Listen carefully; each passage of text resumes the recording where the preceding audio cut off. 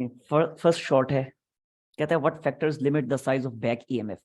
Back EMF को कौन कौन से फैक्टर्स हैं जो है वो लिमिट करते हैं। यानी सिंपल सी बात है कि बैक ईएमएफ किन किन फैक्टर्स पे डिपेंड करती है। बैक ईएमएफ थी क्या? बैक ईएमएफ थी कि जब मोटर का कॉइल रोटेट करता था, डीसी मोटर हो या एसी मोटर, तो मोटर का कॉइल जब रोटेट करता था मैग्नेटिक फील्ड में, तो एक और ईएमएफ इंड्यूस होती थी जो एक्सटर्नल करंट, जो एक और ईएमएफ इंड्यूस होती थी जो एक्सटर्नल ईएमएफ के ऑपोजिट होती थी। एक तो एक्सटर्नल ईएमएफ होती है ना, जो मोटर के कॉइल को रोटेट करवाने के लिए हम बाहर से जो सोर्स ऑफ ईएमएफ हम कनेक्ट करते हैं, जो बैटरी बाहर से हम कनेक्ट करते हैं, वो होती है एक्सटर्नल ईएमएफ। अच्छा, उस एक्सटर्नल ईएमएफ की वजह से जैसे ही मोटर के कॉइल में करंट फ्लो करना शुरू करता है, मोटर का कॉइल रोटेशन स्टार्ट करता है, तो उस रोटेशन की वजह से कॉइल के अक्रॉस मैग्नेटिक फ्लक्स चेंज होना शुरू हो जाता है इंटरनल मैग्नेट की वजह से।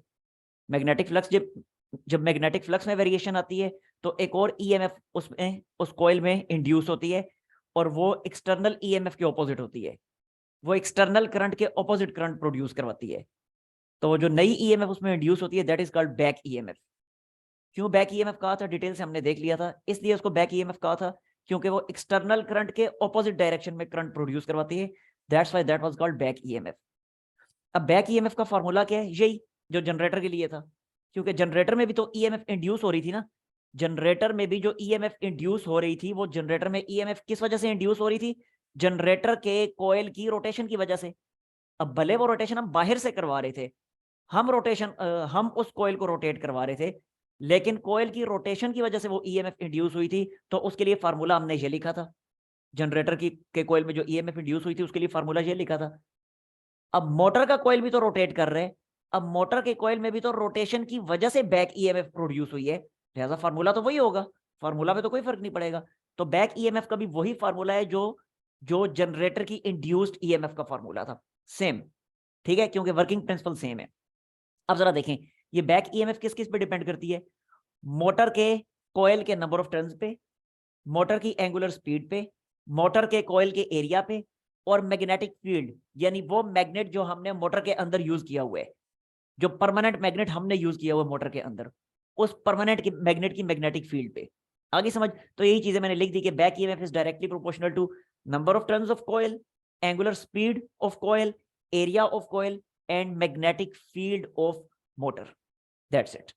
क्लियर हो गया ये? इसमें तो मेरा ख्याल कोई मसला नहीं होगा। ठीक है ना? अच्छा, नेक्स्ट। ओके, नेक्स्ट आ जाए फिर नंबर 2 पे। Short question number 2, why does back EMF tend to decrease. अच्छा, जब जब बैक ईएमएफ का जिक्र करेगा ना तो इसका मतलब मोटर का जिक्र कर रहे हो, क्योंकि जनरेटर में जो ईएमएफ प्रोड्यूस होती थी उसको बैक ईएमएफ नहीं हम कहते थे, उसको इंड्यूस्ड ईएमएफ कहते थे। बैक ईएमएफ कौन सी होती है? एक्सटर्नल ईएमएफ के ऑपोजिट। तो जनरेटर में तो कोई एक्सटर्नल ईएमएफ थी ही नहीं, वहां तो ईएमएफ हमने प्रोड्यूस करवाई थी, कोयल को रोटेट करवा के, बाहर से कोयल को रोटेट करवा के हमने ईएमएफ प्रोड्यूस करवाई थी। दैट्स वाई जनरेटर की ईएमएफ को इंड्यूस्ड ईएमएफ का नाम दिया था। लेकिन मोटर में जो ईएमएफ इंड्यूस हो रही है उसको हम नहीं प्रोड्यूस करवा रहे, वो तो कोयल की रोटेशन की वजह से खुद ब खुद से ही प्रोड्यूस हो रही है हमारी मर्जी के खिलाफ। दैट्स वाई मोटर की ईएमएफ को बैक ईएमएफ का नाम दिया जाता है। तो जब जब बैक ईएमएफ का जिक्र करेगा तो इसका मतलब है वो मोटर का जिक्र कर रहा है, वो जनरेटर का जिक्र नहीं कर रहा। आगे समझ? अब इस सवाल को पढ़ें। Why does back EMF tend to decrease as the rate of doing work increase. कि जैसे जैसे मोटर में वर्क, जो वर्क हम करवा रहे हैं मोटर को रोटेट करवाने के लिए, वो वर्क जैसे जैसे इंक्रीज करता है वैसे वैसे उसकी बैक ईएमएफ डिक्रीज क्यों करने लग जाती है। देखिए मैं इसको समझाता हूं आपको जनरेटर की मदद से। आपको अगर कुछ याद हो, ये मैं मिटा देता हूं यहां से, ये ऐसे खाम लिख दिए, ये चलिए लिखा रहने दें। देखें मैं सिंपल सी आपको एग्जांपल देता हूं जनरेटर की। अगर आपको कुछ याद हो तो जनरेटर में देखें, ये मैग्नेट का नॉर्थ पोल था, ये मैग्नेट का साउथ पोल था, और ये मैग्नेट का कॉइल था जिसको हम बाहर से रोटेट करवा रहे थे। बाहर से हम इसको मैकेनिकल एनर्जी प्रोवाइड कर रहे थे और ये कॉइल रोटेट कर रहा था। ठीक है, यहाँ पे आ रहा था, किसी का माइक ऑन है, वो माइक प्लीज ऑफ कर लें। तो देखें ये एक स्लिप रिंग था, फिर ये दूसरा स्लिप रिंग था। ये डॉटेड लाइन का मतलब है कि इस वाले स्लिप रिंग से पास कर रही है। ठीक है, और उसके बाद ये आ गया था दूसरा स्लिप रिंग, और इन दोनों स्लिप रिंग्स के साथ हमने एक्सटर्नल सर्किट कनेक्ट किया हुआ था। लाइक इस तरीके से हमारा एक्सटर्नल सर्किट आ गया था इस तरह से, और ये एक्सटर्नल सर्किट में हमने बल्ब कनेक्ट किया है, कोई भी इलेक्ट्रिकल अप्लायंस कनेक्ट की है तो ये बल्ब कनेक्ट की है एक्सटर्नल सर्किट में, और यहाँ पे दूसरे रिंग के साथ कनेक्ट करके हमने अपना सर्किट कंप्लीट कर दिया था। अब करंट इसमें फ्लो करता था, कभी एक दफा इस डायरेक्शन में फ्लो करता था और फिर नेक्स्ट हाफ साइकिल के बाद करंट ऑपोजिट डायरेक्शन में इस डायरेक्शन में फ्लो करने लग जाता था, यानी करंट बार बार अपनी डायरेक्शन चेंज कर रहा था। ये तो इसकी कंस्ट्रक्शन थी, इसकी वर्किंग थी थोड़ी सी। अच्छा, आप जरा इस चीज को देखिएगा, वहां पे हमने ये बात की थी जनरेटर को, जब हमने एक्सप्लेन किया था वहां हमने ये बात की थी कि अगर इस तरह करें कि बाहर से एक्सटर्नल सर्किट रिमूव कर दें, एक्सटर्नल सर्किट रिमूव कर दिया, लोड अपनी रिमूव कर दी, दिस इज कॉल्ड लोड, इसे लोड कहते हैं। यानी जो भी इलेक्ट्रिकल अप्लायंस हमने कनेक्ट की हुई है ना, उसे हम लोड कहा करते हैं।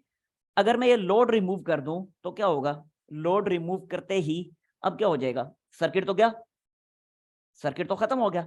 अब क्या होगा, अब यहाँ पे जो इलेक्ट्रिसिटी प्रोड्यूस होगी, जो ईएमएफ इंड्यूस होगी, क्या वो करंट एक्सटर्नल सर्किट की तरफ फ्लो कर सकेगा? नो, एक्सटर्नल सर्किट की तरफ कोई करंट फ्लो नहीं कर सकेगा। तो जब एक्सटर्नल सर्किट की तरफ कोई करंट फ्लो नहीं कर रहा, current is basically electrical energy, तो जब एक्सटर्नल सर्किट की तरफ कोई इलेक्ट्रिकल एनर्जी फ्लो करके जा ही नहीं रही, तो हमें बहुत थोड़ी सी मैकेनिकल एनर्जी प्रोवाइड करनी पड़ेगी इसको रोटेट करवाने के लिए, और बड़ी आसानी से रोटेट करना शुरू हो जाएगा। लेकिन जैसे हमने यहाँ पे लोड कनेक्ट किया, जैसे हमने अपना बल्ब यहाँ पे लाके कनेक्ट किया, अब क्या हुआ, अब इस बल्ब को ग्लो करने के लिए इलेक्ट्रिकल एनर्जी की जरूरत है। तो अब क्या होगा, अब हमें बहुत ज्यादा मैकेनिकल एनर्जी प्रोवाइड करनी पड़ेगी इसको रोटेट करवाने के लिए, ताकि जो मैकेनिकल एनर्जी हम प्रोवाइड कर रहे हैं वो आगे जाके इलेक्ट्रिकल एनर्जी में, बल्ब की इलेक्ट्रिकल एनर्जी में कन्वर्ट हो सके। तो ये चीज हमने वहां देखी थी कि अगर लोड कनेक्ट कर देते हैं तो बहुत ज्यादा इलेक्ट्रिकल एनर्जी की, सॉरी, बहुत ज्यादा मैकेनिकल एनर्जी की हमें जरूरत पड़ेगी, बहुत ज्यादा एक्सटर्नल वर्क हमें करना पड़ेगा। लोड कनेक्ट करते हैं तो बहुत ज्यादा एक्सटर्नल वर्क हमें करना पड़ेगा, लोड कनेक्ट नहीं करते तो बहुत मामूली सा वर्क हमें करना पड़ेगा कॉइल को रोटेट करवाने के लिए। ठीक हो गया, ये बात हमने वहां पे की थी। अब इस सवाल को जरा एक दफा फिर गौर से पढ़ें, देखें क्या है ये सवाल। कहता है why does EMF tend to decrease as rate of doing work increase. Rate of doing work अगर बढ़ जाए तो बैक ईएमएफ जो है वो कम क्यों हो जाती है। अब आपके सामने है जवाब, अब तो बिल्कुल क्लियर हो गया, अब तो बिल्कुल क्लियर हो गया कि रेट ऑफ डूइंग वर्क कब इंक्रीज करता है। रेट ऑफ डूइंग वर्क उस वक्त इंक्रीज करता है जब हम लोड कनेक्ट करते हैं। ठीक है, इस चीज को मैं यहां पे लिख देता हूं कि rate of doing work increases, rate of doing work increases कब, increases when we connect load, जब हम लोड कनेक्ट करते हैं एक्सटर्नल सर्किट में। ठीक है ना, बिल्कुल मोटर के लिए भी यही जवाब होगा। मोटर के केस में भी, ये तो इलेक्ट्रिक, ये तो मैंने जनरेटर की आपको एग्जांपल दी ना समझाने के लिए, मोटर में भी ऐसा ही होगा कि मोटर में जब हम लोड कनेक्ट करेंगे तो rate of doing work increase कर जाएगा, क्योंकि मोटर और जनरेटर का एक ही प्रिंसिपल है, वर्किंग प्रिंसिपल। फर्क सिर्फ इतना है कि जनरेटर जो है वो मैकेनिकल एनर्जी को इलेक्ट्रिकल में कन्वर्ट करता है और मोटर इलेक्ट्रिकल एनर्जी को मैकेनिकल में कन्वर्ट करती है, बाकी वर्किंग प्रिंसिपल तो सेम है।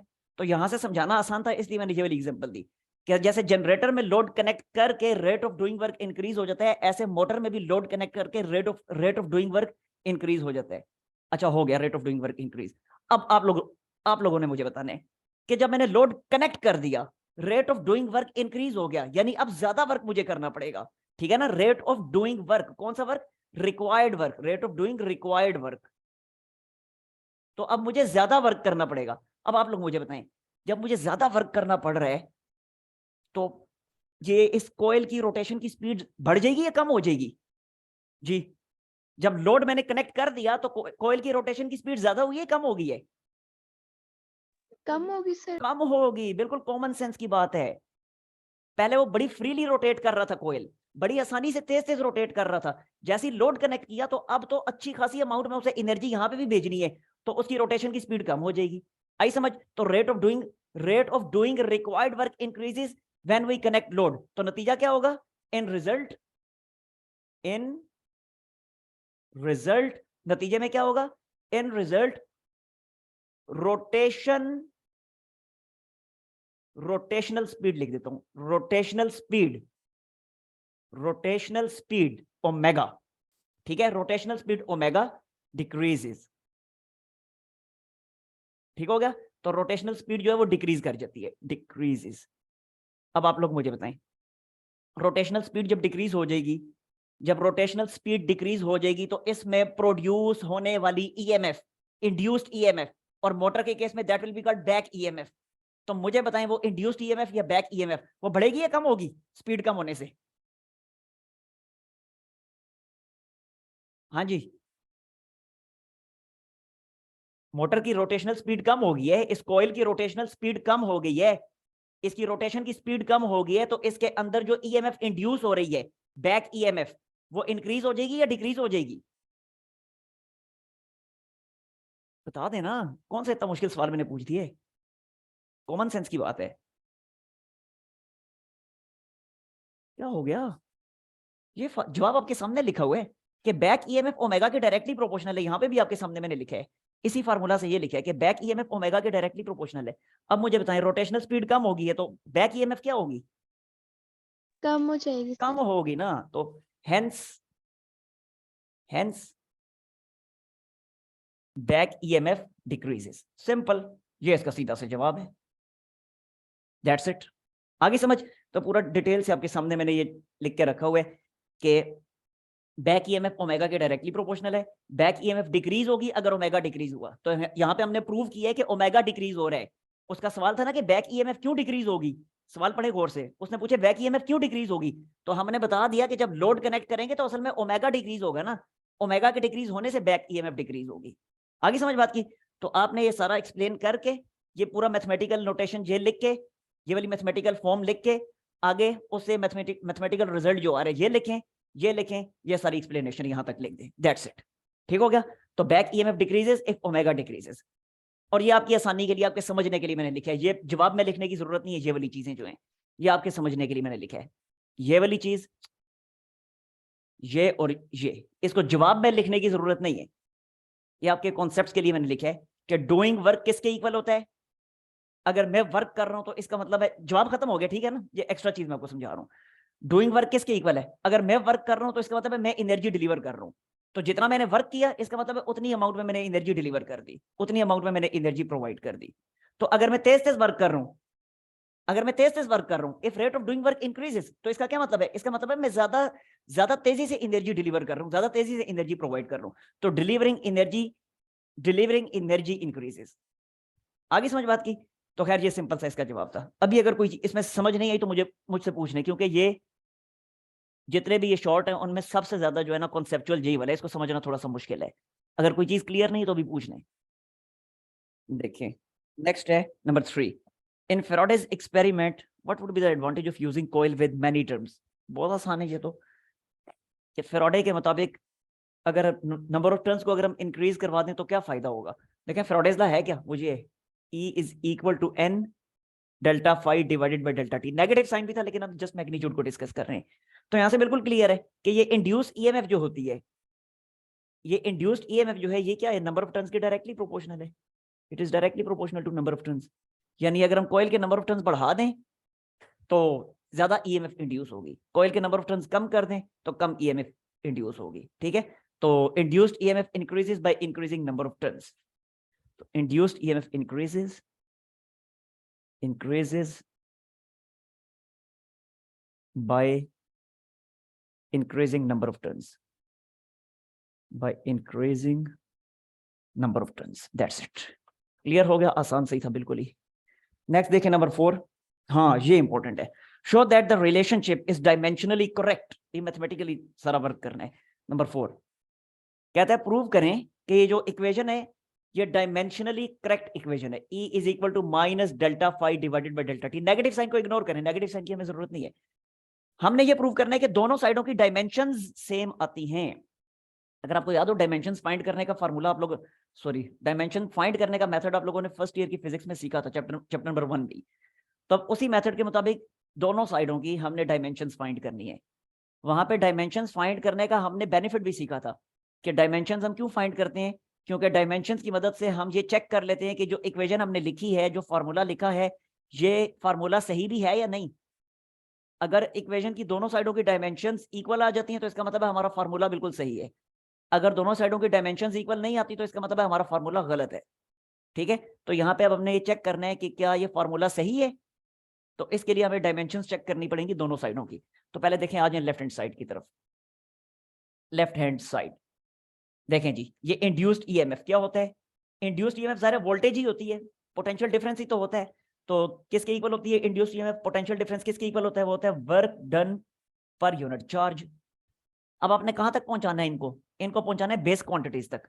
और बेस क्वांटिटीज आपको पता है ना, 7 बेस क्वांटिटीज अच्छी तरह आप लोगों को याद हैं। लेंथ, मास, टाइम, फिर number of moles, intensity of light, current, और एक और थी पता नहीं इस वक्त मेरे जहन में नहीं आ रही, देख लीजिएगा। तो उन 7 बेस क्वांटिटीज में, उन 7 बेस क्वांटिटीज तक आपने पहुंचाना है। अब देखें जरा, स्टार्ट करते हैं। वर्क किसके इक्वल होता है? वर्क होता है F D cos theta. Cos theta लिखने की जरूरत नहीं है क्योंकि उसका यूनिट रेडियन होता है, और रेडियन बेसिकली कोई यूनिट नहीं होता, दैट्स जस्ट अ नंबर। अच्छा, लिख दिया F D divided by charge. अब चार्ज जो है ये भी बेस क्वांटिटी नहीं है, तो इसको बेस क्वांटिटी तक पहुंचाना है। तो बेस क्वांटिटी जो है, अगर आपको याद हो तो करंट किसके इक्वल होता है? करंट होता है charge flowing per unit time. तो यहाँ से चार्ज क्या बनेगा? चार्ज यहाँ से बन जाएगा करंट मल्टीप्लाई टाइम। अब देखें, करंट और टाइम दोनों ही बेस क्वांटिटीज हैं, तो ये लिख दिया आई और ये लिख दिया टी। ठीक हो गया? नीचे तो बेस क्वांटिटीज तक हमने पहुंचा लिया। अब ऊपर की बात करें, डिस्प्लेसमेंट ऑटोमेटिक, डिस्प्लेसमेंट पहले ही बेस क्वांटिटी है, ठीक है ना। लेंथ है डिस्प्लेसमेंट एक्चुअली बेस क्वांटिटी है। फोर्स को जरा देखें, फोर्स किसकी इक्वल होती है? F is equal to M A, Newton का सेकंड लॉ। डी ऐसे ही लिखा, आई टी अगेन ऐसे ही लिख दिया। अब जरा देखिए, मैस भी बेस क्वांटिटी है, ये भी बेस क्वांटिटी, ये भी। एक्सेलरेशन बेस क्वांटिटी नहीं है, तो एक्सेलरेशन किसके इक्वल होता है? मैं यहीं पे लिख देता हूँ। एक्सेलरेशन बेसिकली होता है वेलोसिटी डिवाइडेड बाय टाइम। तो अब टाइम को मैं एक साइड पे कर देता हूँ, 1 बाय टाइम, और वेलोसिटी ये लिख दी। अगले स्टेप में 1 बाय टाइम ऐसे ही लिखा। वेलोसिटी क्या होती है? Displacement by time. ठीक हो गया? तो अब ये क्या बना? ये बना displacement divided by T square. तो acceleration is displacement by T square. तो अगले स्टेप में मैंने एक्सेलरेशन की जगह ये लिख दिया, ये देखें, ये लिखा M D by I T, ये लिखा। और एक्सेलरेशन की जगह वो आपके सामने डी बाय टी स्क्वायर ये लिख दिया। आगे समझ बात की? अब इन सब की डायमेंशंस यहाँ पे लिख दें। तो देखें जरा, मैस की डायमेंशन क्या होती है? आपको पता है कैपिटल एम होती है। डिस्प्लेसमेंट लेंथ है, डिस्प्लेसमेंट इनटू डिस्प्लेसमेंट यानी लेंथ मल्टीप्लाई लेंथ, तो क्या बनेगा? Length square. तो ये बन गया एल स्क्वायर। समझ आ गई ना बात की? डिवाइडेड बाय, इसी तरह करंट, करंट की क्या होगी डायमेंशन? करंट की डायमेंशन सारी सी बात है, आई एज इट इज वापस आ जाता है। ठीक हो गया? Time into time square, time cube होता है, तो ये आ जाएगा टी क्यूब, टी क्यूब। इस सारे को ऊपर शिफ्ट करें, आपको लेफ्ट हैंड साइड की डायमेंशंस मिल गई। तो ये लिख दिया एम एल स्क्वायर आई पर आई, ठीक है, आई रेस्ट पर -1 ये लिखा, और साथ में टी की पावर -3। लें जी, ये हमारे पास लेफ्ट हैंड साइड की डायमेंशंस आ गई। अब हमने फाइंड करनी है राइट हैंड साइड की डायमेंशंस। ये थी लेफ्ट हैंड साइड की डायमेंशंस। अब आते हैं राइट हैंड साइड की डायमेंशन की तरफ, फ्लक्स पर यूनिट टाइम। तो देखें जरा राइट हैंड साइड। अब राइट हैंड साइड की भी सेम डायमेंशंस बननी चाहिए, यही वाली। तो देखें जरा, स्टार्ट करते हैं delta phi divided by delta T. देखें, नीचे तो टाइम है सिंपली, तो टाइम है तो मैं सिंपली उसको ऐसे ही लिख देता हूँ, बस टी। डेल्टा लिखने की जरूरत नहीं है, डेल्टा जस्ट चेंज, तो चेंज की कोई डायमेंशन तो नहीं होती, तो उसको मैंने सिंपली जो है ना टी लिख दिया। ऊपर है डेल्टा, फिर ऊपर से भी डेल्टा को उड़ा दें, सिर्फ फ्लक्स है। अब फ्लक्स क्या है? जाहिर सी बात है, हमने क्या लिखा हुआ है फार्मूला के मुताबिक? ये फेराडेज लॉ लिखा हुआ है असल में, फॉर 1 लूप एन की वैल्यू 1 है, ठीक है। तो फाई फिर क्या होगा फेराडेज लॉ के मुताबिक? Magnetic flux. तो जब मैग्नेटिक फ्लक्स है तो ये होगा बी ए कॉस थीटा। ध्यान रखना है, ये मैग्नेटिक फ्लक्स है, ये नो ई ए लिख दे तो फिर हो गया काम, फिर सारी तबाही, सब कुछ गलत। ये मैग्नेटिक फ्लक्स है क्योंकि दैट वाज फेराडेज लॉ, और फेराडेज लॉ में ये फ्लक्स मैग्नेटिक फ्लक्स होता है, इलेक्ट्रिक फ्लक्स नहीं होता। तो इसलिए ध्यान करना है, ये नो ई ए लिख दे तो गया फिर सारा कुछ। तो that is magnetic flux B A. अगले स्टेप में जरा देखें, अब जरा देखें एरिया। एरिया क्या होता है? सिंपली लेंथ मल्टीप्लाई लेंथ, लिहाजा वो बेस क्वांटिटी में कन्वर्ट हो चुका है। टी टाइम बेस क्वांटिटी में कन्वर्ट हो चुका है। बी मैग्नेटिक फील्ड स्ट्रेंथ यानी मैग्नेटिक फील्ड, ये अभी तक जो है ये कन्वर्ट नहीं हुआ बेस क्वांटिटी में, तो पहले इसको बेस क्वांटिटी में कन्वर्ट करना है। अब इसको बेस क्वांटिटी में कैसे कन्वर्ट करेंगे? अगर आपको कुछ याद हो तो चैप्टर नंबर 3 जब हमने स्टार्ट किया था, चैप्टर नंबर 3 जब हमने स्टार्ट किया था, तो वहां पे हमने देखा था कि ये मैग्नेटिक फोर्स जो होती है, जब कोई कंडक्टर मैग्नेटिक फील्ड के अक्रॉस ड्रैग करता है, तो उस पर एक्ट करने वाली मैग्नेटिक फोर्स कितनी होती है? तो कितनी मैग्नेटिक फोर्स होती है? वो थी ILB साइन थीटा, ऐसा ही था ना। तो यहां से आप जरा देखें बी की वैल्यू क्या आएगी, बी की वैल्यू ये आएगी, एफ मैग्नेटिक फोर्स है, एफ बी का मतलब मैग्नेटिक फोर्स, तो एफ डिवाइडेड बाय IL। लें जी, ये मैग्नेटिक फील्ड की डेफिनेशन थी। तो यहां से आप बी की जगह ये वाली वैल्यू यहां पे पुट कर दें, तो ये मैंने लिख दिया, ये मैंने लिखा बी की जगह एफ डिवाइडेड बाय IL, जबकि एरिया डिवाइडेड बाय टाइम अपनी जगह पे मौजूद। ठीक होगा। अगेन देखें, एरिया जाहिर सी बात है लेंथ स्क्वायर बेस क्वांटिटी में कन्वर्टेड है, टी टाइम बेस क्वांटिटी है, एल लेंथ बेस क्वांटिटी है, आई करंट बेस क्वांटिटी है, फोर्स बेस क्वांटिटी नहीं है। तो अगेन वही काम करेंगे जो भी यहां पे किया था। फोर्स के लिए क्या लिख देंगे, MA, तो ये लिख दिया MA, और बाकी A डिवाइडेड बाय ILT को मैंने साइड पे कर दिया। ठीक हो गया। अगले स्टेप में देखें, M को ऐसे ही लिखा, A एक्सेलरेशन, अभी तो कैलकुलेशन की थी एक्सेलरेशन के लिए, किसके इक्वल आता है, displacement divided by T square, तो ये लिख दिया displacement divided by T square, और ये आ गया A/ILT। ठीक हो गया। अब सारे के सारे बेस क्वांटिटी में कन्वर्ट हो चुके हैं। देखिए mass, length, area, time, area वैसे बेस क्वांटिटी नहीं है लेकिन जरा बेस क्वांटिटी का स्क्वायर है, टाइम, करंट, लेंथ, टाइम सारे बेस क्वांटिटी, तो डायरेक्ट इनकी डायमेंशंस अब यहाँ पे पुट करते हैं। तो देखें जरा इनकी डायमेंशंस पुट करेंगे, क्या बनेगा, ये बन जाएगा M, ये बनेगा डिस्प्लेसमेंट की जगह लेंथ, एरिया की जगह क्या बनेगा, एरिया की जगह बनेगा अगेन लेंथ स्क्वायर, ठीक हो गया, डिवाइडेड बाय अगेन I,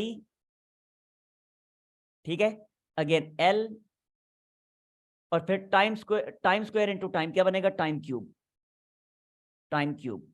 अब जरा देखिएगा, ये वाला, ये लेंथ और ये लेंथ तो हो गई कैंसल आउट, बाकी जो कुछ भी बच गया उसको लिख दे, उसको लिखेंगे तो क्या बनेगा, देखें ये लिखा M L square, M L square, I ऊपर जाएगा तो I की पावर -1, और ये T ऊपर जाएगा तो T की पावर -3, एंड दैट्स इट। लें जी, ये आ गया राइट हैंड साइड की डायमेंशंस। कंपेयर कर ले, क्या सेम नहीं आ रही, देखें M L स्क्वायर I की पावर -1 T की पावर -3, तो M L स्क्वायर I की पावर -1 T की power -3, so hence prove that formula is dimensionally correct. लें जी, कोई मसला है तो पूछ लें। देखें जी, नंबर 5 में कहता है give the formula for the flux linkage in terms of angular orientation. Flux का फार्मूला एंगुलर ओरिएंटेशन की टर्म में लिखें, तो बहुत ही आसान है। फ्लक्स क्या होता है, magnetic flux, that is BA cos theta. कहते हैं इसको एंगुलर ओरिएंटेशन की टर्म में लिखें, तो कौन सी बड़ी बात है, ये लिखा BA cos थीटा की जगह लिख दिया ओमेगा टी, बात ही खत्म, इतनी सी बात थी। ठीक हो गया।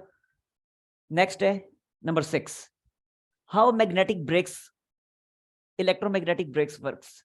ये बताया था आप लोगों को काफी डिटेल से मैंने ईडी करंट्स वाले टॉपिक में, कि ट्रेन का जो रिम होता है that is made up of metal, तो जब वो ट्रेन का रिम मैग्नेटिक फील्ड में रोटेट करता है तो रोटेशन की वजह से क्या होता है, उसके अक्रॉस मैग्नेटिक फ्लक्स चेंज होता है, नतीजे में एडी करंट्स प्रोड्यूस होते हैं, और वो एडी करंट्स लेंजेस लॉ के मुताबिक अपनी डायरेक्शन इस तरह से मेंटेन करते हैं कि उस कॉज को अपोज कर सकें जिस कॉज ने उनको प्रोड्यूस किया। अब यहाँ पे एडी करंट्स की प्रोडक्शन की कॉज होती है उस ट्रेन के रिम की रोटेशन, तो लिहाजा वो ट्रेन की रिम की रोटेशन को अपोज करेंगे, नतीजा क्या होगा, रोटेशन जो है वो रोटेशन कम होनी शुरू हो जाएगी, ट्रेन स्लो डाउन होनी शुरू हो जाएगी, विच मीन्स के ब्रेकिंग सिस्टम इज वर्किंग। आई समझ बात की, लिख देता हूं मैं शॉर्टकट वर्डिंग में, यहाँ पे ये चीज समझ आ गई है। When train rims rotate in external magnetic field, in external magnetic field, तो क्या होगा, उसके नतीजे में eddy currents produces eddy currents produces eddy currents produce in such a way in the rim so that they may oppose the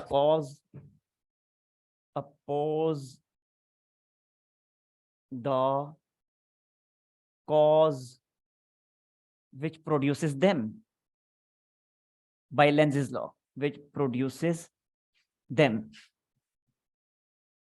by Lenz's law. By Lenz's law. अब यहां पे उनको प्रोड्यूस करवाने की कॉज क्या है? वो है रिम की rotation. Here cause is rotation of rim.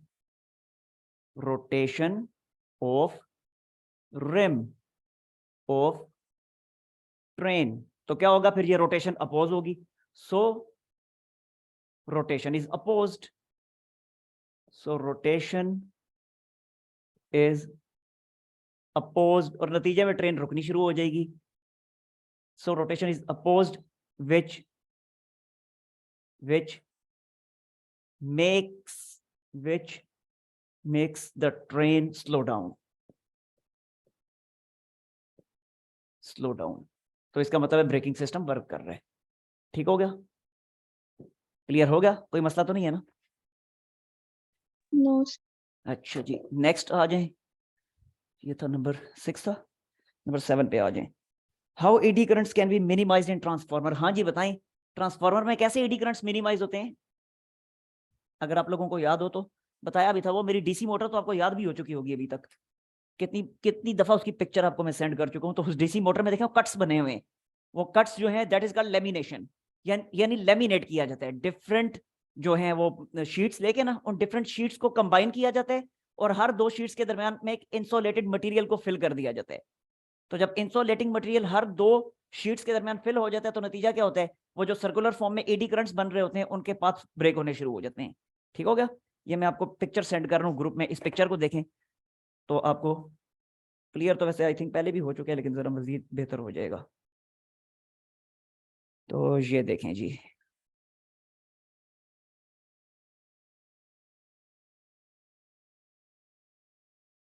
ले, ये पिक्चर मैंने सेंड कर दी है. दो पिक्चर्स, इन दोनों को देखें जरा और देखें दोनों पिक्चर्स में कि जो पूरी वो मेटल की जो बॉडी है, वो जो कोर मटेरियल है जिसके अराउंड हमने अपने ट्रांसफार्मर के कॉइल्स को वाउंड करवाना है, वो पूरी कोर मटेरियल, वो पूरी बॉडी देखें लेमिनेशन में, शीट्स की फॉर्म में है और हर दो शीट्स के दरमियान में इंसुलेटिंग मटेरियल फिल किए हुए. तो नतीजा क्या होगा इसके? नतीजा ये होगा कि एडी करंट्स के पाथ ब्रेक हो जाएंगे और एडी करंट फ्लो नहीं करेंगे लेकिन बहुत कम हो जाएंगे, जिसकी वजह से हीटिंग इफेक्ट बहुत कम हो जाएगा, बहुत कम पावर लॉसेस आएंगे. आई समझ? क्लियर हुआ ना? जी सर. अब इसका जवाब क्या लिखना है? How eddy currents can be minimized in transformer. तो सिंपल ये मैं लिख देता हूं, बाय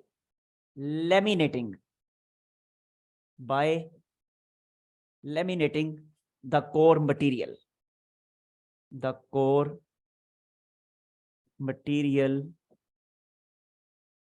ऑफ ट्रांसफार्मर के कोर मटेरियल को लेमिनेट कर देंगे, शीट्स की यानी शीट्स की फॉर्म में कन्वर्ट कर देंगे और इस तरीके से जो है उसमें एडी करंट के पाथ ब्रेक हो जाएंगे, एडी करंट्स का फ्लो मिनिमाइज हो जाएगा. ठीक हो गया? अच्छा, हाँ क्लियर है ना? कोई मसला तो नहीं है इसमें? No sir. नेक्स्ट नंबर 8 देखें. ये नंबर 8 मुझे नहीं पता, ये देखिए कि गूगल पे ये क्या होते हैं. How electromagnetic induction is used in cook tops.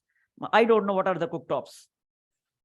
और ना मैंने कभी, नाम भी पहली दफा मैं पढ़ रहा हूँ. कैसे ये वर्क करते हैं, इनकी वर्किंग का मुझे नहीं पता. ये गूगल वगैरह पे देखिएगा, मैं खुद भी खैर देखूंगा तो उसके बाद ही फिर ये बताऊंगा, लेकिन खुद भी आप सर्च कीजिएगा. ठीक है? नेक्स्ट अभी नंबर 9 पे आ जाए. What is meant by the term back EMF in electric motor operation. हाँ जी, इलेक्ट्रिक मोटर में जो बैक ईएमएफ की टर्म हम यूज करते हैं क्या होती है? तो काफी डिटेल से अभी भी कितनी दफा हम इसको यूज कर चुके हैं. क्या होती है बैक ईएमएफ, किसे कहते हैं? और देखें मैंने कहा था ना आपको कि इलेक्ट्रिक मोटर जो होती है, ये जो चाहे डीसी मोटर है चाहे एसी मोटर के केस में वो जो ईएमएफ इंड्यूस होती है उसको बैक ईएमएफ कहते हैं. जनरेटर के केस में जो होती है वो बैक ईएमएफ नहीं कहलाती, वो इंड्यूस ईएमएफ कहलाती है, क्योंकि वो हमारी मर्जी के मुताबिक है. उसी के लिए तो हमने जनरेटर बनाया है, उसी को प्रोड्यूस करने के लिए. लेकिन मोटर में हमारी मर्जी के खिलाफ ये प्रोड्यूस हो रही है क्योंकि हमारी एक्सटर्नल ईएमएफ को ये अपोज करती है. क्योंकि हमारी एक्सटर्नल ईएमएफ को अपोज करती है, that's why it is called back EMF. आई समझ बात की?